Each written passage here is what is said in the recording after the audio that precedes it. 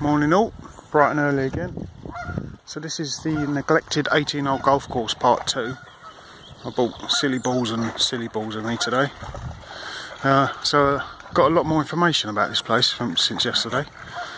I'll show you the state of the greens, or a good example of how bad the greens are in a second. But essentially the backstory is this place was built 10-15 years ago. It was farmland, it was saved, it was landscaped, it's all tiered. So the lowest part of the course is down here. There's a network of lakes and overflows and streams. It's a beautiful place, incredibly well thought out. But the owner sent their son up here to take care of it. Hundreds of miles away from where she's originally based, so obviously she had no idea what was going on. It started off originally in very good hands, good caretaking of the entire place and the equipment, a bit of investment, not too extreme but enough to keep the place up to date and hiring decent, qualified, experienced staff, and then he started skimming off the top, keeping the profits himself, not putting a percentage of the profits back into the course. Gambling, lost lots of the profits gambling. And then it went massively downhill from there. Debt collectors.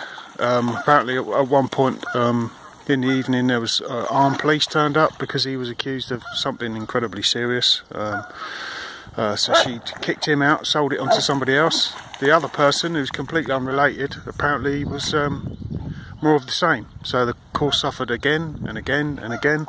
It basically just turned into like a massive drinking club for this bloke. Even less investment in the golf course, even less care and attention in the course and amenities and equipment, if that's even possible, to the point where he left with either selling or stealing 3/4 of the machinery. Unbelievable. And I think at the end of the summer last year, this lady and her son were brought in by the owner to take care of the place with no budget, no equipment, no experience. And we're kind of 6 or 8 months on. I mean, it's staggering the amount that she's achieved.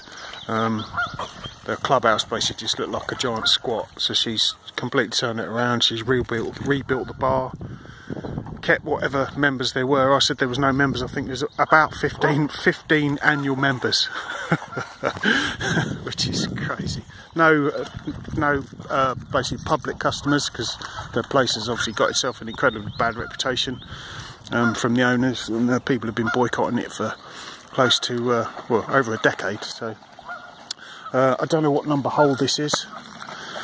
Let me just get my little guide out with my piece of paper to have give you a rough clue of what this is. I think this is the second green.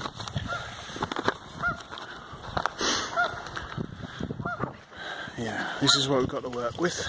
It's well over ½ an inch of thatch across the entire thing. It's never been fed, it's never been scarified, it's never been hollow cored, never been top dressed, never had attention of any type apart from basically just being cut. There are water pipes dotted all over the place. There's no irrigation at all apart from watering by hand. As I said before, 0 fucks given. This is the remains of the scarifying. And why it's so atrocious is apparently they scarified and then dragged it back in, and then without removing any of the scarification waste, and then shortly after, within a week or 10 days, hollow cored, didn't top dress but dragged it in. So they basically just, whatever moss there was, they spread it to every part where there wasn't moss. And that was I don't know, 6 or 8 months ago, in some attempt to remove the moss and the thatch. But what they've basically done is compound the situation even worse. So this is the second green. Absolutely horrific. I mean, obviously any greenkeepers that are watching, the best thing is to completely strip it and start again with sterile new gear. At least then you know what you're dealing with. But yeah.